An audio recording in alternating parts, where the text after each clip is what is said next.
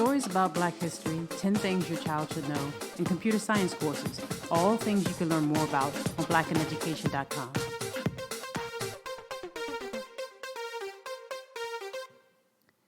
Breonna Taylor was in her apartment about 12:40 a.m. on March 13, 2020. Her boyfriend, Kenneth Walker, was with her. They had already turned in for the night and were in bed watching a movie when Breonna fell asleep. According to Kenneth Walker, they suddenly heard a loud bang at the door.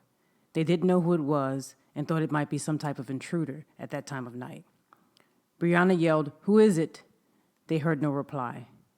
Kenneth and Breonna got out of bed and started putting on their clothes when they heard another loud bang. Breonna again yelled, "Who is it?" They heard no response. Kenneth got his licensed firearm and began walking out of the bedroom. The front door flung open, and Kenneth let out a single shot toward the front door. A barrage of shots came into the apartment, and Breonna never made it out of the hallway. On the other side of the door were police officers in plain clothes who were executing a search warrant. This event was a part of a narcotics investigation where Breonna's home had been identified as a place where a man she knew, who was a target of the investigation, received mail there and used the address as his own home address recently. The officer who secured the warrant indicated that he thought that the address might be a place where narcotics or proceeds from the sale of narcotics might be stored. Neither Breonna nor Kenneth Walker were targets in this raid.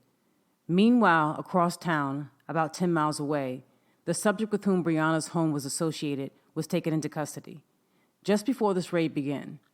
So when Breonna and Kenneth got up because they heard loud banging at the door, they had no idea that their home was a part of an investigation and did not know that police were outside with a battering ram ready to come in with a search warrant.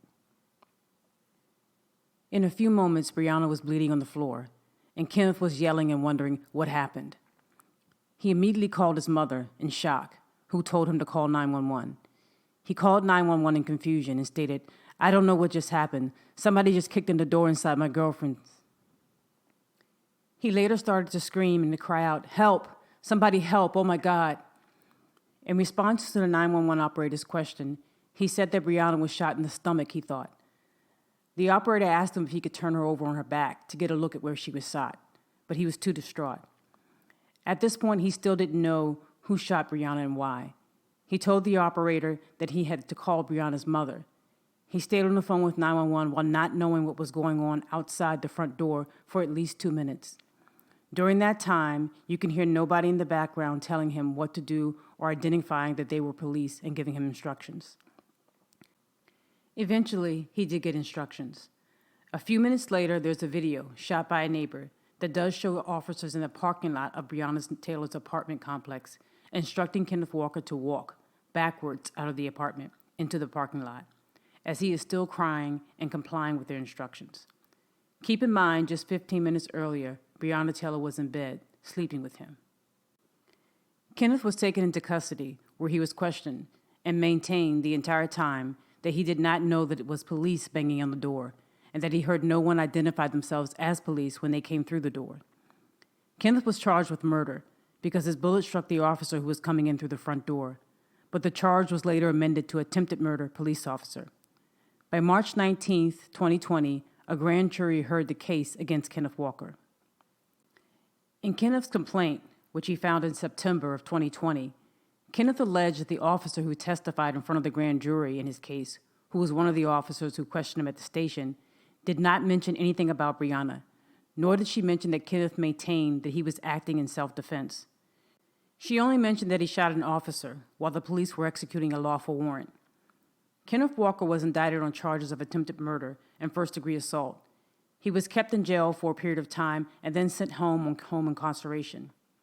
The charges against Kenneth Walker were dismissed 2 months later, but with the possibility that they could bring charges again before a grand jury if evidence suggests so. As for the officers, a grand jury heard evidence during the week of September 21st and issued an indictment for one of the officers. That night, one officer was shot by Kenneth Walker when the door was flung open, in the thigh, and he fired 6 shots in return. Another officer fired 16 times into Breonna's apartment, and it is believed that one of these shots killed Breonna, who was struck at least 5 times by bullets. A third officer fired 10 times from outside of the apartment, through the patio door, which was covered by curtains, and through a window, for which he could also not see. Some of his bullets ended up endangering residents in the apartment next to Breonna's.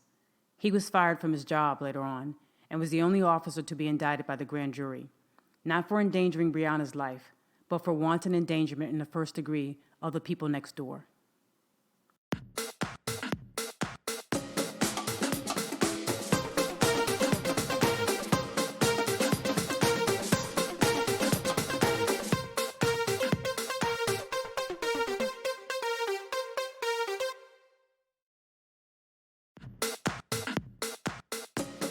Stories about Black